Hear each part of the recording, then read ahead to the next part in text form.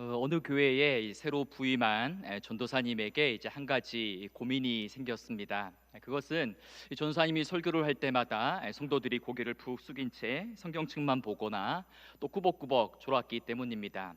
마음에 큰 낙심이 되어 이제 곧 은퇴를 앞두고 있는 목사님을 찾아가서 이제 고민을 털어놓았습니다. 목사님, 어떻게 해야 이 성도들이 제가 설교할 때 집중하고 또 앞을 바라보게 할 수 있을까요? 그러자 목사님이 이렇게 답했다고 하지요. 네, 그건 아주 간단합니다. 전도사님 머리 뒤쪽에 큰 시계를 달아두십시오. 그러면 사람들이 다 그 시계를 쳐다보느라 앞 고개를 들고 이제 앞을 바라볼 것입니다. 여러분은 하루에 몇 번이나 이 시계를 확인하십니까? 어떤 통계에 보니까요, 보통 사람들은 하루에 대략 35번 이상 시계를 보고 시간을 확인한다고 합니다. 왜 사람들은 이렇게 자주 시계를 들여다보고 또 달력을 보며 날짜를 확인하겠습니까? 그것은 때와 시간을 알아야지만 거기에 알맞는 일과 행동을 할 수 있기 때문입니다. 철부지라는 말이 있죠. 누군가가 이제 나이에 맞지 않는 행동을 하거나 이제 사리 분별을 잘하지 못할 때에 철이 덜 들었다, 철이 없다라고 이렇게 이야기합니다. 그런데 여기서 철이라는 이 단어는 원래 계절을 뜻합니다. 즉 철부지란 지금의 계절을 알지 못하는 사람이다라는 뜻이죠. 특히 이제 농사와 관련해서 우리 조상들은 지금이 씨를 뿌려야 할 때인지 또 김을 매야 될 때인지 추수해야 할 때인지 장을 담아야 할 때인지를 제대로 모르는 사람을 가리켜 철부지, 즉 계절을 철을 알지 못하는 사람이다라고 불렀습니다. 이처럼 철부지란 지금이 어느 때인지 무엇을 해야 할 때인지를 모르는 사람을 일컫는 말입니다. 그런데 가만히 보면 믿음의 세계에도 영적인 철부지가 있습니다.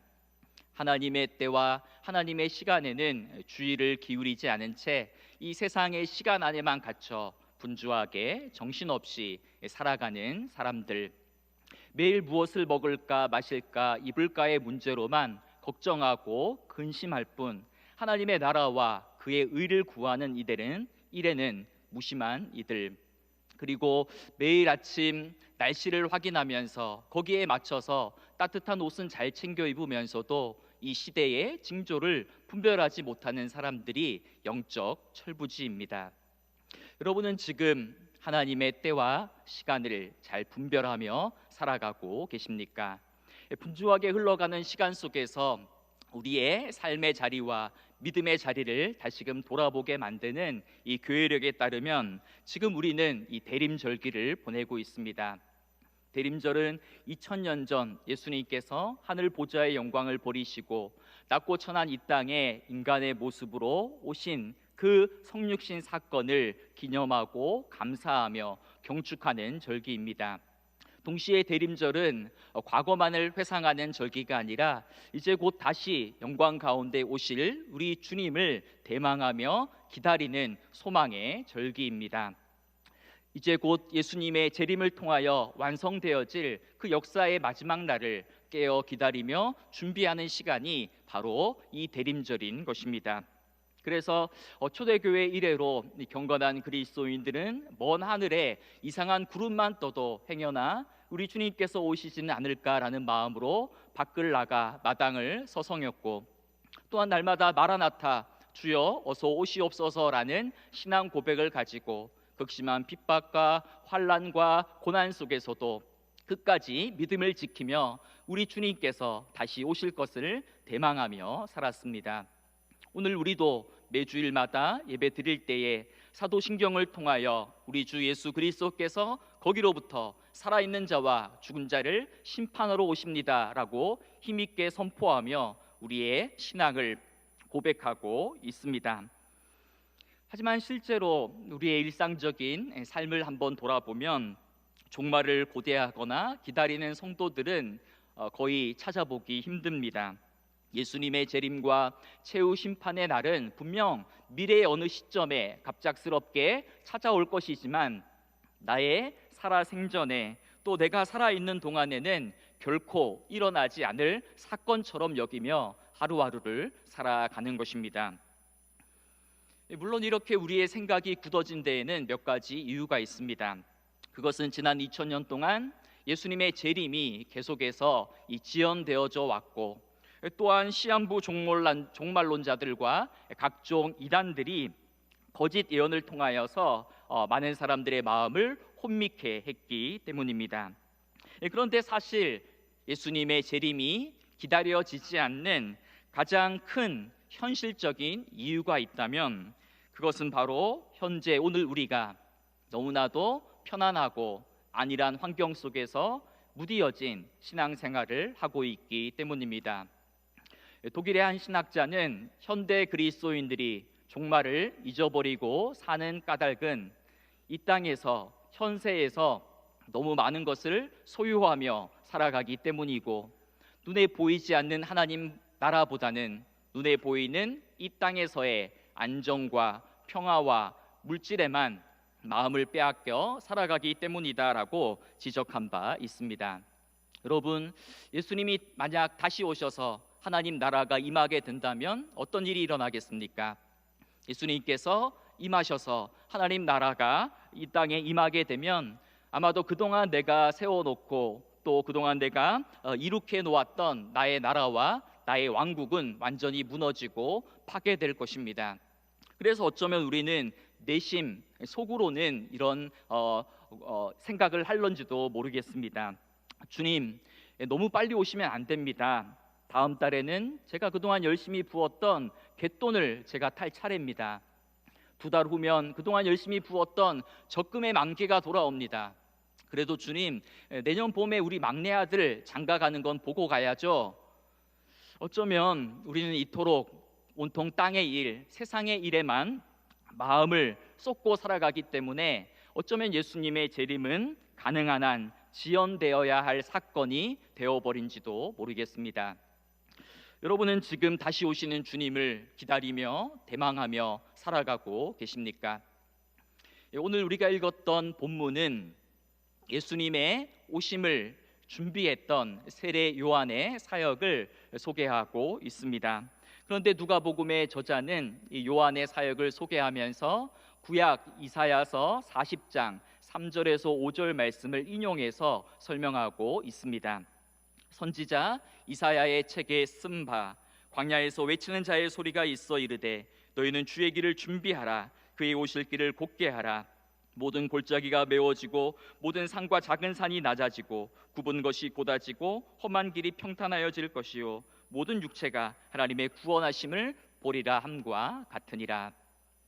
고대 근동에서는 이 왕이 행차할 때, 즉 왕이 어떤 특정 지역을 방문할 때에 그 왕이 탄 마차가 지나가기 쉽도록 하기 위하여 미리 전령들을 보내어서 그 길에 있는 장애물들을 제거하고 험하고 거친 길을 평탄하게 닦았습니다. 길이 없는 광야에 넓은 대로를 만들고 패인 골짜기를 메우고 산과 언덕을 깎고 험한 길을 평탄하게 만드는 것은 왕의 오심, 왕의 행차를 준비하는 일이었습니다. 하나님은 바벨론에서 70년간 포로 생활을 하던 이스라엘 백성들을 위로하고 그들의 죄를 사하시며 그들이 다시금 고향 땅으로 귀환할 수 있도록 먼저 전령자를 보내 광야에 길을 내고 험한 산과 언덕을 깎아 평지를 만들고 그들로 하여금 고향 땅으로 돌아가도록 하셨습니다. 그리고 이 예언은 이제 수백 년이 지나서 지금 오늘 본문 속 세례 요한의 삶을 통하여서 이제 성취되어지고 있습니다.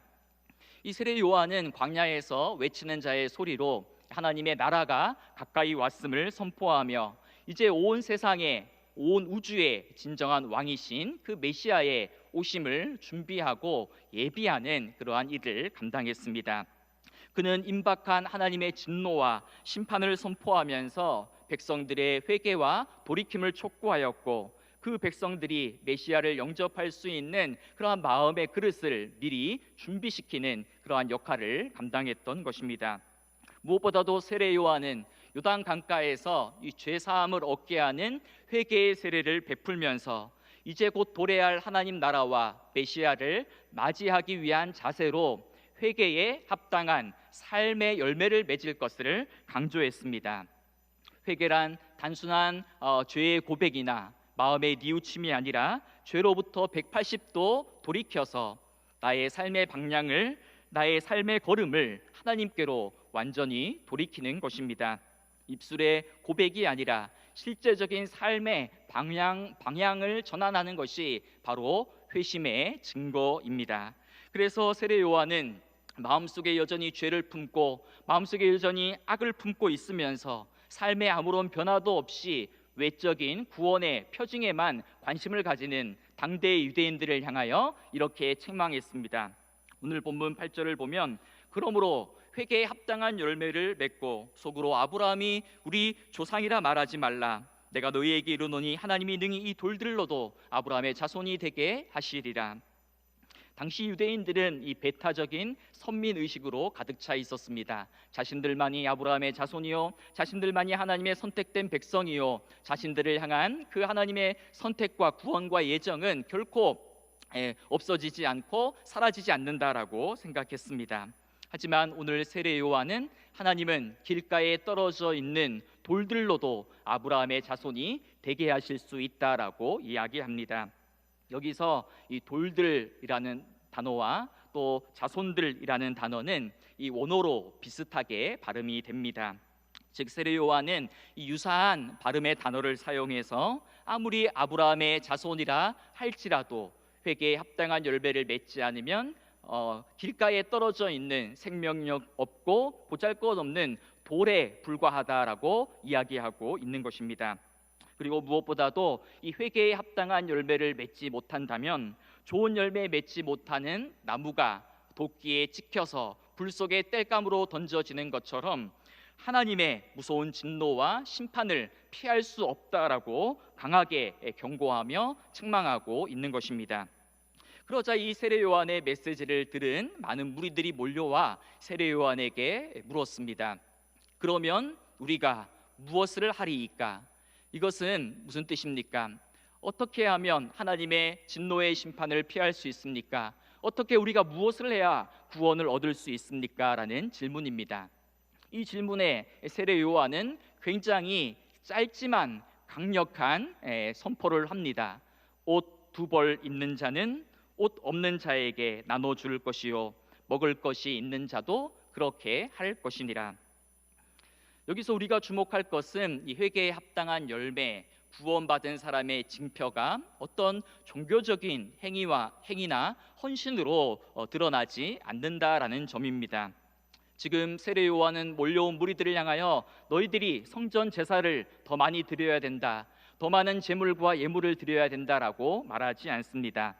단지 속옷을 두 벌 가진 사람이 있다면 그 중에 한 벌을 나누어 주어야 되고, 빵을 2개 가지고 있는 사람이 있다면 그 가운데 하나를 빵 없는 사람에게 나눠주라라고 이야기합니다.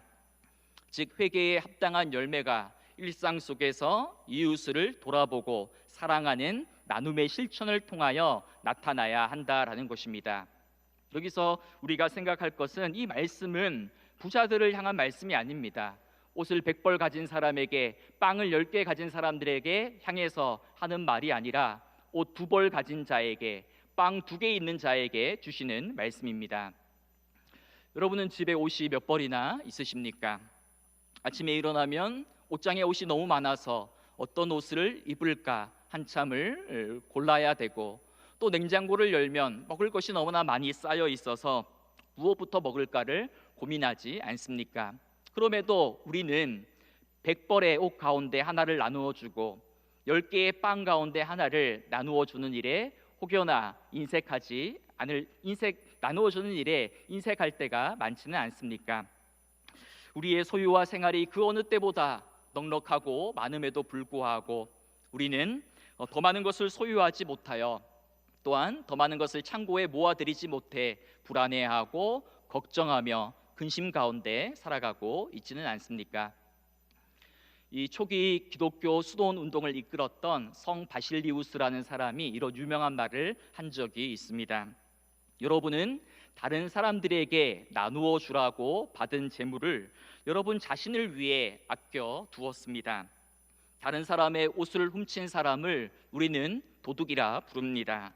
만일 누군가가 헐벗은 자에게 옷을 줄 수 있는데도 그렇게 하지 않는다면 우리는 그 사람에게도 똑같은 이름을 붙여야 하지 않겠습니까? 여러분, 우리가 잘 알듯이 10계명의 8계명은 도둑질하지 말라입니다. 그런데 단지 남의 물건을 도둑질하지 않았다고 해서, 훔치지 않았다라고 해서 그 계명을 완벽하게 준수한 것이 아니라 이웃에 대한 사랑과 나눔의 책임과 실천을 다하지 않는 것 역시 계명을 어긴 죄라는 것입니다. 이어서 성 바실리우스는 이렇게 이야기합니다. 여러분의 집에서 지금 썩어가고 있는 그 빵은 굶주린 이들의 것입니다. 여러분의 옷장에서 철이 지나서 좀이 쓸어가고 있는 그 옷은 헐벗은 이들의 것입니다. 여러분의 신발장에서 곰팡내를 풍기고 있는 그 신발은 신발 없는 이들의 것입니다. 지금 여러분의 금고에서 잠을 자고 있는 그 돈은 가난한 이들의 것입니다. 여러분이 도와줄 수 있음에도 불구하고 아무것도 행하지 않는 것, 그것이 바로 죄입니다 라고 이야기했다라는 것입니다. 예전에 어느 방송에서 이런 간증을 들은 적이 있습니다. 추운 겨울날 아침 어떤 사람이 출근하다가 길가에 앉아서 노숙하고 있는 사람을 보았답니다.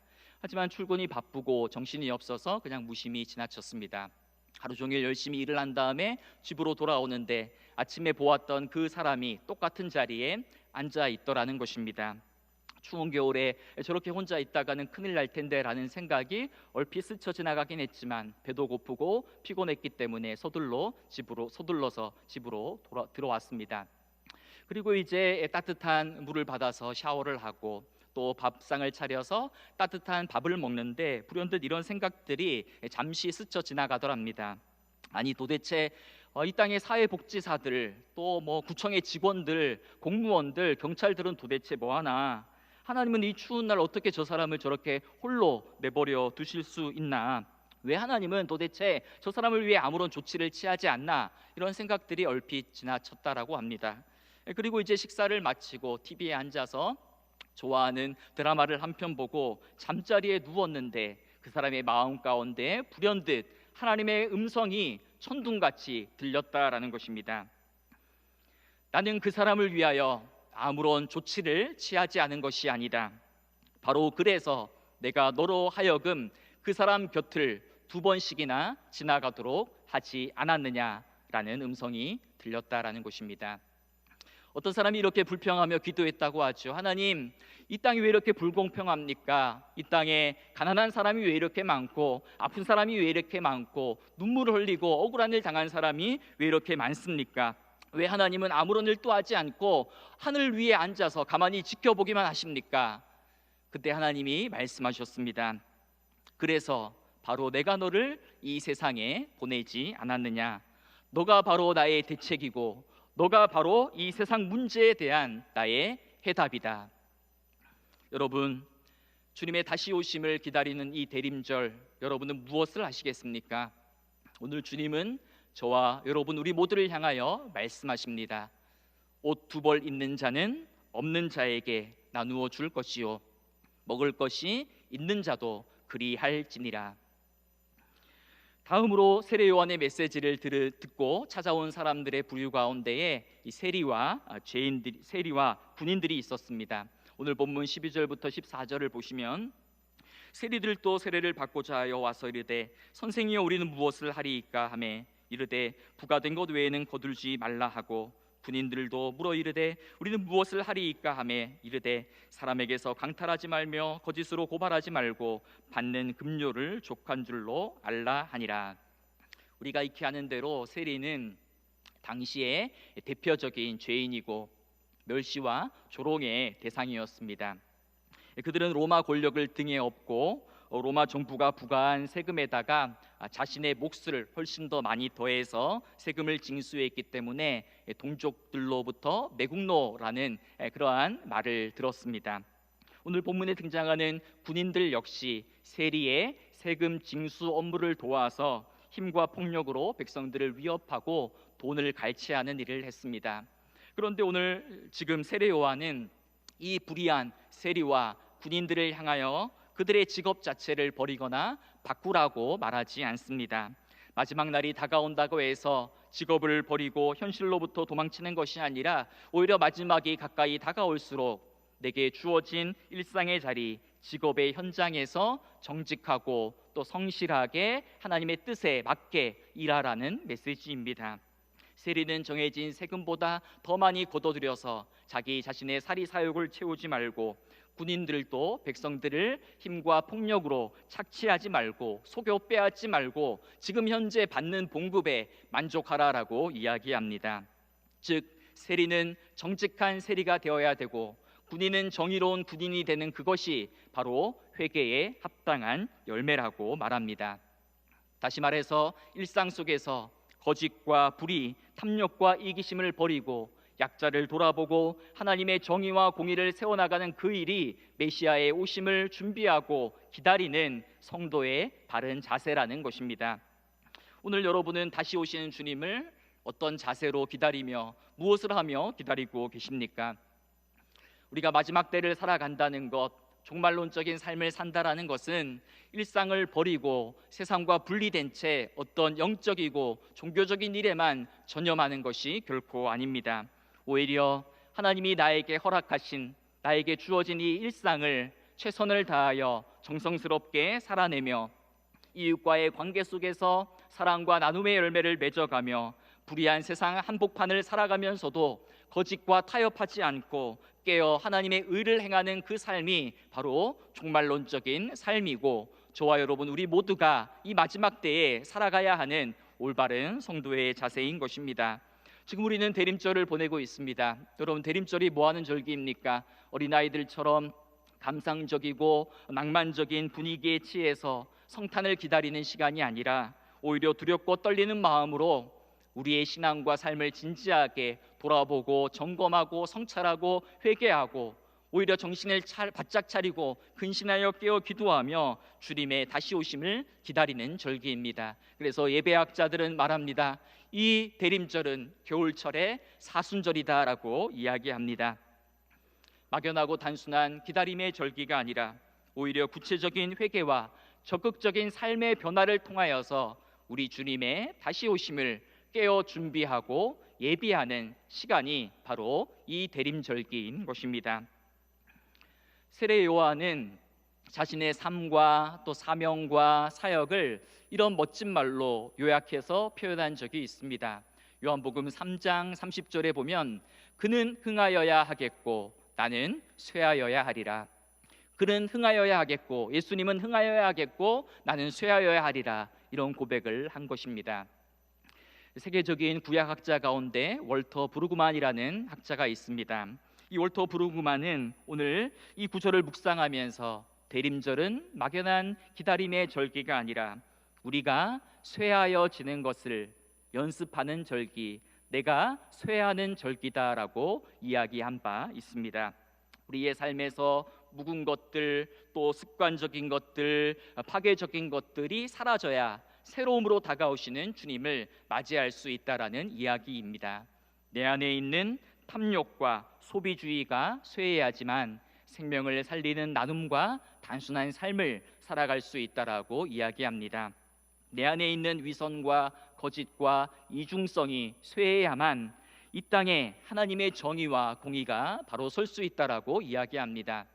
내 안에 있는 분노와 혐오와 배제가 사라져야 사랑과 용서, 화해의 세상을 이룰 수 있다라고 이야기합니다. 오늘 여러분의 삶을 돌아보십시오. 오늘 여러분의 삶에서 쇠하여지고 또 파괴되고 버려야 할 것들은 무엇입니까? 대림절은 내가 쇠하여지고 내가 낮아지고 내가 약해지고 내가 죽어야 하는 절기입니다. 내가 쇠해야만 주님이 흥하시고, 내가 낮아져야만 주님이 높아지시고, 내가 약해져야만 하나님의 통치와 다스림이 내 삶 가운데 분명하게 선명하게 드러나기 때문입니다. 주님의 다시 오심을 기다리는 이 대림절, 산과 언덕처럼 높아진 우리의 교만한 마음이 있다면 겸손히 낮추어야 합니다. 울퉁불퉁하고 거칠고 사납고 성급한 우리의 마음은 부드럽게 갈아엎어 평탄하게 만들어야 합니다. 패이고 갈라진 마음은 메꾸고 굽어 있는 것은 바로 펴고, 우리 주님을 맞이하는 데 방해가 되는 모든 장애물들, 모든 잘못된 습관들, 모든 또 잘못된 묵은 것들은 제거해야 합니다. 단지 입술로만, 마음으로만 회개하는 것이 아니라 회개에 합당한 삶의 열매를 맺어야 한다라는 것입니다. 제 아무리 천사의 말을 하고 제 아무리 모든 비밀과 모든 지식을 안다 할지라도, 산을 옮길 만한 믿음이 있다 할지라도, 사랑이 없다면, 사랑의 실천과 나눔과 행함이 없다면 아무것도 아닙니다. 예수님께서는 마태복음 25장 종말 설교를 통하여 마지막 때에 모든 사람들을 양과 염소의 자리로 구분하면서 이렇게 말씀하셨지요. 여기 내 형제 가운데 지극히 작은 자 하나에게 한 것이 곧 나에게 한 것이니라. 그리고 지극히 작은 자 하나에게 하지 아니한 것이 곧 나에게 하지 아니한 것이다 말씀하셨습니다. 또한 지극히 작은 소자, 보잘것없는 사람에게 냉수 한 그릇이라도 떠다 준다면 그 사람은 결탄코 하늘나라에서 상을 잃지 않을 것이다라고 말씀하셨습니다. 여러분은 지금 무엇을 하며 다시 오시는 주님을 기다리고 계십니까? 옷 2벌 있는 자는 없는 자에게 나누어 주고, 먹을 것이 있는 자도 없는 자에게 나누어 주십시오. 내 통장에 잔고가 남들보다 적더라도 있는 바를 족한 줄로 알고 모든 일에 감사하며 사십시오. 세상에 만연한 불의만 보고 분노하는 것이 아니라 내 안에 살아있는 거짓과 불의와 탐욕과 이기심을 버리고 날마다 죄를 미워하고 깨어 의를 행하는 삶을 살아가십시오. 주님은 이제 곧 영광 가운데 다시 오셔서 만물을 새롭게 하실 것이고, 여러분의 눈에서 모든 눈물을 닦아주시며 모든 억울함도 신원하여 주시고, 여러분이 행한 대로, 섬긴 대로, 나눈 대로, 뿌린 대로 하늘의 영광스러운 상급으로 갚아주실 것입니다. 바라기는 이제 곧 다시 오실 주님을 기다리며 더욱더 깨어 기도하고 더 뜨겁게 사랑하며 더 많이 나누어 주고 베풀며 살아가는 우리 모두가 되기를 간절히 소망합니다. 무엇보다도 우리 각자에게 주어진 우리 삶의 자리에서 자기 십자가를 지고 이웃과 약자를 돌아보며 선을 행함으로 주님의 길을 영광스럽게 예비하고 준비하는 저와 여러분의 복된 삶이 되기를 간절히 소망하며 축복합니다. 이 시간 우리 들었던 말씀을 생각하며 잠시 기도하는 시간 가지겠습니다. 나는 지금 주님의 다시 오심을 기다리는 이 시기에 종말론적인 삶을 살아가고 있는지, 혹여나 이 땅의 일, 세상의 일에만 마음을 빼앗겨 하나님의 때와 시간을 망각하며 살아가고 있진 않은지 돌아보기를 원합니다. 말세에 고통하는 때가 이르면 사람들이 자기를 사랑하며 돈을 사랑하며 감사하지 않는다고 하는데, 혹시 지금 나는 나 자신만을 생각하며 이웃을 돌아보지 않고 타인의 고통에 부르짖음을 외면하며 나 자신만을 위해 살고 있지는 않는지 돌아보기를 원합니다. 혹시 내 삶에 하나님 기뻐하지 않으시는 묵은 것들, 습관적인 것들, 또 불의함과 거짓과 탐욕이 있다면 잘못된 삶에서 돌이키게 하시고 회개에 합당한 삶의 열매를 맺음으로 주님 다시 오실 때 부끄러움 없이 주님을 영광 가운데 맞이하는 삶을 살게 해달라고 오늘 말씀을 생각하며 잠시 기도하는 시간 가지겠습니다.